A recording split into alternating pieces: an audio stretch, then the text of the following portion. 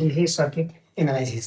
DC circuit analysis भनेको के हो र त्योभित्र कुन कुन टपिक छन् त्यो सबै हामीले स्टेप बाई स्टेप हामीले पढ्नेछौँ र step by step theory plus numerical solve गर्दै जान्छौँ है।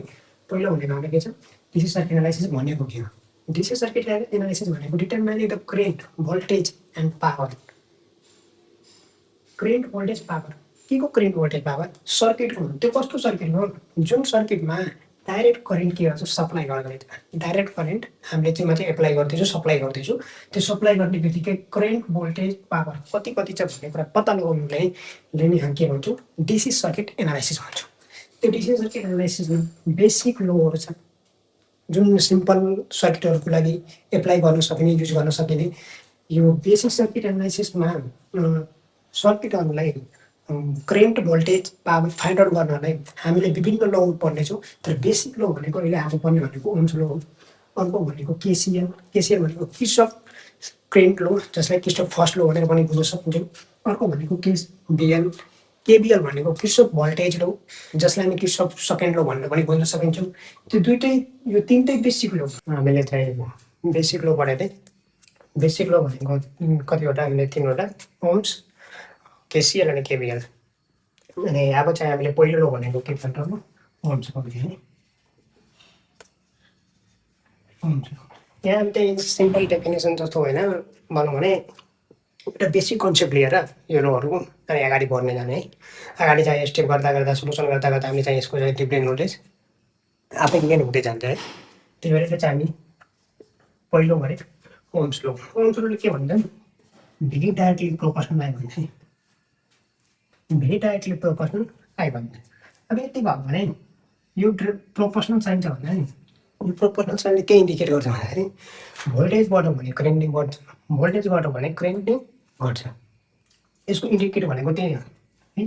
त्यसलाई चाहिँ हामीले के गर्यो, यो प्रोपोर्सनल साइन हटायो भने V is equal to I into R हुन्छ। यो एउटा हाम्रो इक्वेसन भयो है, सिम्पल ओम्सको भयो। यसलाई चाहिँ रिलेसनमा हेऱ्यो भने भी भनेको भोल्टेज भयो, आई भनेको करेन्ट, आर भनेको रेजिस्टेन्स। बी करेन्टसँग कस्तो रिलेसनमा छ, डाइरेक्टली प्रोपोर्सनल। बी रेजिस्टेन्ससँग कस्तो रिलेसनमा छ, डाइरेक्टली प्रोपोर्सनल। भन्नाले भीबाट भने करेन्ट बढ्छ, भी घट्यो भने करेन्ट नै घट्छ, भीबाट भने रेजिस्टेन्स नै घट्छ, भी घट्यो भने रेजिस्टेन्स नै घट्छ, भी घट्यो भने रेजिस्टेन्स नै घट्छ भन्ने कुरा यहाँ बुझ्यो है। ल अर्को भनेको यसबाट आई निस्कायो भने भी बाई आर हुन्छ। I equal to V by R भयो। भी बाई आर भयो भने आई जुन करेन्ट छ नि, करेन्ट भोल्टेजसँग र रेजिस्टेन्ससँग कस्तो रिलेसनमा छ भने हामीले पत्ता लगाउने। I directly proportional V I inversely proportional resistance. भन्नाले करेन्टबाट भने भोल्टेज बढ्छ, करेन्ट घट्यो भने भोल्टेज घट्छ, करेन्ट बढ्यो भने रेजिस्टेन्स घट्छ, करेन्ट घट्यो भने रेजिस्टेन्स बढ्छ भने यहाँ यस्तो रिलेसन दियो। ठिक छ। ओम्स लोको बेसिक कन्सेप्ट यही हो। त्यही चाहिँ ओम्स लोको यहीबाट हामीले सल्भ गर्नेछौँ।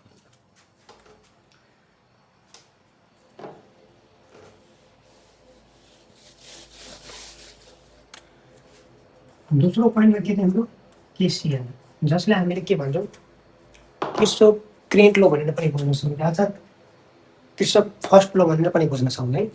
जुन हामी चाहिँ प्लस टूमा पढेछौँ, प्लस टूको 11मा पढेछौँ हामीले। किर्चफ करेन्ट लोले, केसिएलले के भन्छ भन्दाखेरि, केसिएल लोले के भन्छ भन्दाखेरि कुनै पनि एउटा सर्किट हुन्छ, त्यो सर्किटको एउटा कुनै जङ्सन पोइन्ट, जुन जङ्सन पोइन्ट भनेको एउटा पोइन्टबाट दुई तिनवटा या त्योभन्दा बढी सर्किटहरू, पाथहरू गएको हुन्छ, मतलब बाटो गएको हुन्छ, सर्किटहरू कनेक्टेड हुन्छ। त्यो एउटा पोइन्टलाई नै के भन्छ, हामीले जङ्सन पोइन्ट भनेर बुझ्छौँ। Simple definition. तर एउटा कुनै जङ्सन पोइन्ट छ, त्यो जङ्सनबाट एउटा यस्तो छ, एउटा यस्तो छ, एउटा यस्तो छ, एउटा यस्तो छ, एउटा यस्तो छ, नभए यस्तै छ। यो एउटा कुनै सर्किट हो। यो सर्किटहरू जति पाथ छ सबै पाथ कुनै कुनै ठाउँमा गएर कनेक्टेड भएको छ, त्यसले हामीले त्यति हेर्नु पर्दैन। एउटा हामीले सिम्पल एउटा जङ्सन पोइन्ट हेर्छौँ। यतिखेर यो जङ्सन पोइन्ट छ नि, यो जङ्सन पोइन्टबाट करेन्ट फाइन्ड आउट गर्नु भनेको नि केसिएल क्या। यहाँबाट चाहिँ कति करेन्ट पास हुँदैछ, कुन पाथमा कति करेन्ट पास हुँदैछ नि, त्यो पत्ता लगाउने भनेको के केसिएलले पत्ता लगाउने। यहाँबाट हेर, मैले के गरेँ, I1 करेन्ट जाँदैछ, I2 करेन्ट आउँदैछ, I3 जाँदैछ, I4 नि जाँदैछ, I5 आउँदैछ, I6। ल यति भएन, यो जति पनि पाथ छ नि यो जङ्सन पोइन्टबाट यो सबै करेन्टहरू चाहिँ कुन पाथबाट जाँदैछ कुन पाथबाट आउँदैछ भन्ने कुरा यहाँ डाइरेक्सन हामीले देखाएको छौँ। यही डाइरेक्सनले हामीले पत्ता लगाउनेछौँ करेन्ट कति छ कुन पाथमा र कुन डाइरेक्सनमा छ भन्ने कुरा। यसले केसिएल लोले के भन्छ एउटा इक्वेसन हुन्छ क्या यहाँबाट। ल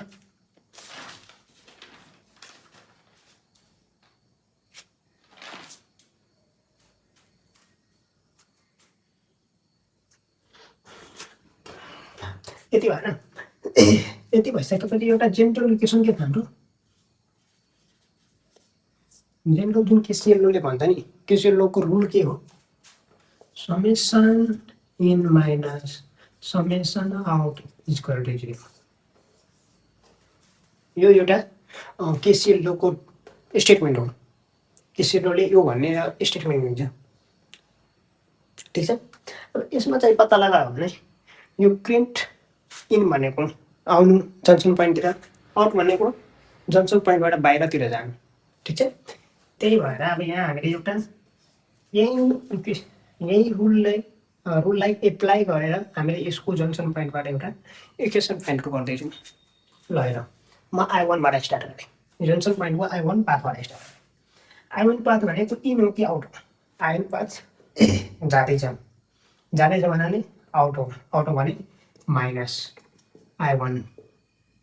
अब I2 लेखेर I2 के गर्दैछ, आउँदैछ कि जाँदैछ, इन हो कि आउट हो? इन हो, इन हो भने प्लस।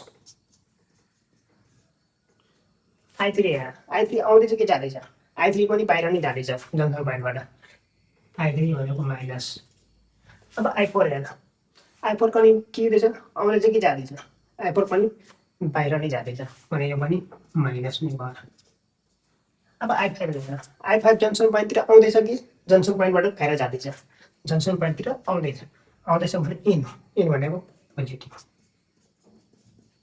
अब I6 हेर, I6 पनि जङ्सन पोइन्टबाट कहाँ जाँदैछ, बाहिर जाँदैछ, जङ्सन पोइन्टतिर आउँदैन, जङ्सन पोइन्टबाट बाहिर जाँदैछ भने यो पनि माइनस नै हो, इक्वल टु 0। यो जुन इक्वेसन आयो नि, यो जुन इक्वेसन आयो नि, यो इक्वेसन भनेको हाम्रो के हो, केसिएल लोले दिँदो रहेछ है। यो इक्वेसन हाम्रो कुन लोले दिँदो रहेछ, केसिएल लोले दिँदो रहेछ। केसिएल लोको मुख्य काम के हो भने करेन्ट पत्ता लगाउनु क्या, कुन पाथमा कति जाँदैछ भने जाँदैछ, कुन पाथमा कति करेन्ट जाँदैछ भने त्यो करेन्ट पत्ता लगाउनु काम भनेको केसिएलको, ठिक छ। यस्तैमा चाहिँ कुनै कुनै भ्यालु दिएको हुन्छ, त्योबाट हामीले चाहिँ करेन्ट पत्ता लगाउँछौँ, ठिक छ।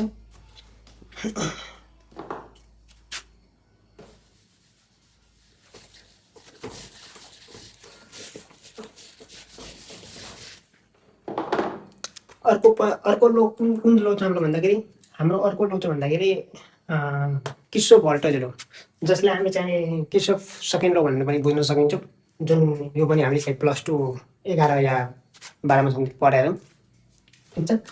यो लोको पनि एउटा इक्वेसन छ, जेनरल इक्वेसन छ क्या, सिम्पल बुझ्यो भने यसको चाहिँ के छ, रुल के छ भन्दाखेरि summation E equal to summation IR, यो पनि यसको एउटा लो, ठिक छ। अघि चाहिँ summation in minus summation out equal to 0 थियो, त्यस्तै मैले के summation E minus summation IR, यो भनेको एउटा बुझ्नु भोल्टेज भयो, यो भनेको रेजिस्टेन्स इन्टु करेन्ट। ल यसको पनि एउटा के गर्ने इक्जाम्पल हेरौँ न,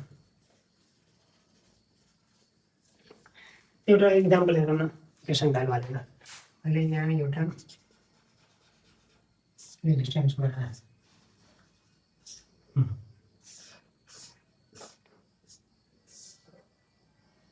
माइनस प्लस भनेको यहाँबाट मैले के गरेँ, करेन्ट आई निस्क्यो, यो डाइरेक्सन भनेको क्लकवाइज डाइरेक्सन, यहाँ भनेको भी रहेछ भोल्टेज, यो भनेको R1 यो भनेको R2 ल यही एउटा इक्वेसन एउटा सर्किटले हामी चाहिँ यो इक्वेसन यो लो केबिएलको लो जुन रुल छ जुन स्टेटमेन्ट छ त्यो स्टेटमेन्ट एप्लाई गरेर यो सर्किटको चाहिँ भ्यालुहरू फाइन्ड आउट गर्नेछौँ रेजिस्टेन्स करेन्ट अनि भोल्टेजहरू चाहिँ फाइन्ड आउट गर्न हामी चाहिँ एउटा इक्वेसन बनाउन सकिन्छौँ ल यहीँबाट एउटा इक्वेसन बनाऊँ केबिएलमा यो भोल्टेज सोर्स दिएको हुन्छ क्या भोल्टेज सोर्स दिएको हुन्छ भोल्टेज सोर्सलाई कसरी चाहिँ पत्ता लगाउने र कुन वेमा पोजिटिभ लेख्ने र कुन वेमा चाहिँ नेगेटिभ लेख्ने भन्ने कुरा चाहिँ पत्ता लगाउने यहाँ पत्ता लगाउनलाई नि सिम्पल एउटा तरिका छ हामीले यो एउटा लुप भयो यो लुप भयो एउटा यो लुपमा हामीले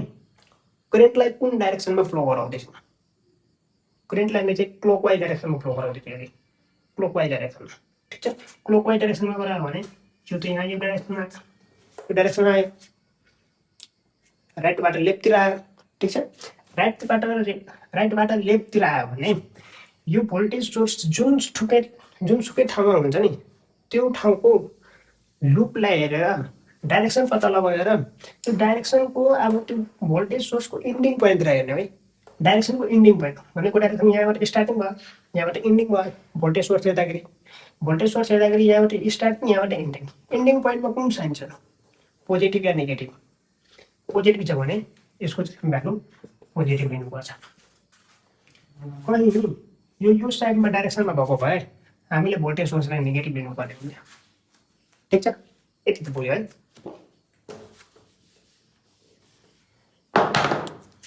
अहिले हाम्रो डाइरेक्सन भनेको पोजिटिभतिर छ ठिक छ ल अब यो इक्वेसन एप्लाई गर यो स्टेटमेन्ट एप्लाई गर समेसन भनेको भोल्टेज सोर्स कतिवटा छ भोल्टेज सोर्सलाई अहिले हामीसँग एउटा मात्र दुई सर्किटमा भने भोल्टेज सोर्सको डाइरेक्सन आउँदाखेरि के भयो पोजिटिभ भयो भने के लेख्ने यहाँ V1 plus V1 is equal to अब आरमा जाने यहाँ भनेको अब के गर्नु पर्यो हरेक रेजिस्टेन्समा गएर हरेक resistance into current positive negative हेरेर गर्नु पर्ने हुन्छ ठिक छ यहाँबाट भयो भने सबै पोजिटिभ नेगेटिभ डाइरेक्सनमा सेम डाइरेक्सनमा चाहिँ केही फरक परेन यहाँबाट जान आई भनेको अनि R1 यो आई जुन छ नि यो रेजिस्टेन्समा नि छ यो रेजिस्टेन्समा नि छ दुईटै रेजिस्टेन्समा करिब कति रहेछ आई नै रहेछ भन्दाखेरि यो R1सँग पनि के छ आई छ R2सँग पनि के छ आई नै छ र यहाँ समेसन आई इन्टु R भनौँ I into R1 plus I into R2 ठिक छ I R1 plus I R2 यो एउटा हाम्रो के भयो इक्वेसन भनौँ अघि के जस्तै केसिएल लो जस्तै यो केबिएल लोको पनि एउटा इक्वेसन भनौँ ठिक छ यति हामीले चाहिँ बुझ्यौँ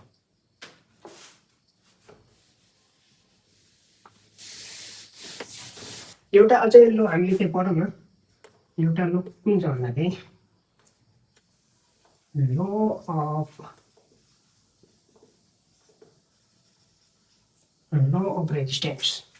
ल अफ रेजिस्टेन्सले के भन्छ भन्दाखेरि कुनै पनि एउटा वायर छ केबल छ त्यो केबलको मोटाइ डायमिटर र त्यसको लेन्थ कस्तो छ र कति छ त्यसमा करेन्ट कस्तो हुन्छ र रेजिस्टेन्स कति हुन्छ हुँदैन अवरोध हुन्छ कि हुँदैन भन्ने कुरा चाहिँ पत्ता लगाउने यो भनेको सिम्पल डेफिनेसन त्यही हो रेजिस्टेन्स कति हुँदैछ कतिको रेजिस्टेन्स गर्दैछ कतिको अवरोध गर्दैछ र कति करेन्ट फ्लो हुँदैछ त्यसको लेन्थ कस्तो छ त्यसमा करेन्ट कति जान सक्छ कति जान सक्दैन भन्ने कुरा पत्ता लगाउनु भनेको ल अफ रेजिस्टेन्सले एउटा पत्ता लगाउन सकिन्छ ठिक छ ल अफ रेजिस्टेन्सले पत्ता लगाउन सकिन्छ यहाँबाट गयो भने पहिलोमा ठिक छ पहिलोमा हामीले के गरे पहिलोमा आर डाइरेक्टली प्रोपोर्सनल एल रेजिस्टेन्सबाट भने लेन्थ नि बढ्छ लेन्थबाट भने रेजिस्टेन्स नि बढ्छ भन्नाले लेन्थबाट भने रेजिस्टेन्स नि बढ्छ लेन्थबाट भने रेजिस्टेन्स नि घट्छ भन्ने कुरा बतायो यसले बतायो यो पहिलो पोइन्टले अब यो पहिलो पोइन्टले त बतायो पहिलो पोइन्टले बताएन त बताएन तर यो चाहिँ गर्नु कसरी या कसरी बुझ्नु हामीले एउटा डायग्राम भनेर भनौँ न ल एउटा यो भयो है यसको चाहिँ लेन्थ कति छ भन्दाखेरि डायमिटर डी छ ठिक छ अर्को पोइन्ट हामीले यसको 2L छ, मतलब यो लेन्थभन्दा डबल लेन्थमा आयो यो डायमिटर छ। योबाट हेर्दाखेरि के पत्ता लगायो भने लेन्थमा चेन्जेस आयो, डायमिटरमा चेन्जेस छैन भन्दाखेरि यहाँ रेजिस्टेन्स पनि चेन्जेस आउँछ। लेन्थ डाइरेक्टली प्रोपोर्सनल के छ, रेजिस्टेन्ससँग छ। लेन्थ बढ्यो भने रेजिस्टेन्स नै बढ्छ, लेन्थ घट्यो भने रेजिस्टेन्स नै घट्छ। पहिलो पोइन्टले यो भनौँ। अब दोस्रो पोइन्टले के भन्छ भन्दाखेरि आर डाइरेक्टली प्रोपोर्सनल L/A। ठिक छ, आर डाइरेक्टली प्रोपोर्सनल L/A। यो पोइन्टले के भन्छ भन्दाखेरि आर डाइरेक्टली प्रोपोर्सनल लेन्थसँग छ, आर इन्भर्सली प्रोपोर्सनल एरियासँग छ। एरिया भने क्रस सेक्सन एरिया भनेको त्यो डायमिटर हो। सिम्पल डेफिनेसन भन्यो भने त्यो डायमिटरले बुझाउन। ल यहाँ मैले के गरेँ, L गरेँ, D गरेँ, सेम छ।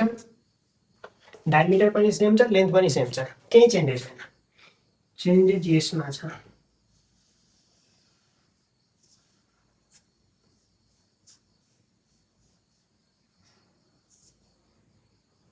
L छ, 2D छ। ल दोस्रो पोइन्टले के भन्दैछ भन्दाखेरि लेन्थ त ठिक छ, सेम छ। डायमिटर क्रस सेक्सन एरिया भनेको डी एरिया लेखौँ न, क्रस सेक्सन एरियामा। यो पहिलो फिगर र दोस्रो फिगरमा के चेन्जेस छ भन्दाखेरि यसमा लेन्थ डिस्टेन्स मतलब डायमिटर भनेको त्यो क्रस सेक्सन एरिया ठिक छ, त्यो डी छ अनि एल छ। ठिक छ, हामीले केहीमा चेन्जेस छैन, पहिलाकै जस्तै छ।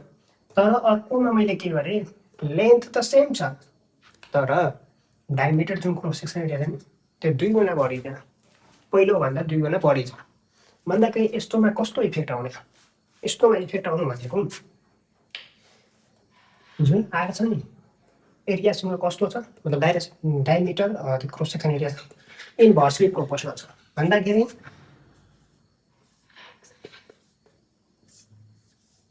आर इन्भर्सली प्रोपोर्सनल, ए भनेको क्रस सेक्सन एरिया, भन्दाखेरि आर बढ्यो अरे एरिया बढ्यो भने रेजिस्टेन्स घट्छ, एरिया घट्यो भने रेजिस्टेन्स बढ्छ। ठिक छ, यति पोइन्ट हामीले क्लियर गर्यौँ। र यो पोइन्टलाई हामीले एउटा अझै लेख्न सकिन्छ भन्दाखेरि आर इन्भर्सली हुन्छ नि, आर इन्भर्सली प्रोपोर्सनल L/A छ नि, यसलाई यो प्रोपोर्सनल साइन हटाउनलाई हामीले के गर्छौँ भन्दाखेरि L/A गर्छौँ। यो एउटा हाम्रो इक्वेसन, एउटा फर्मुला भनौँ न। त्यो प्रोपोर्सनल साइन हटाउन लागि के गर्यो, यो रो युज गर्यो। रो भनेको के हो, रेसिस्टिभिटी। रो भनेको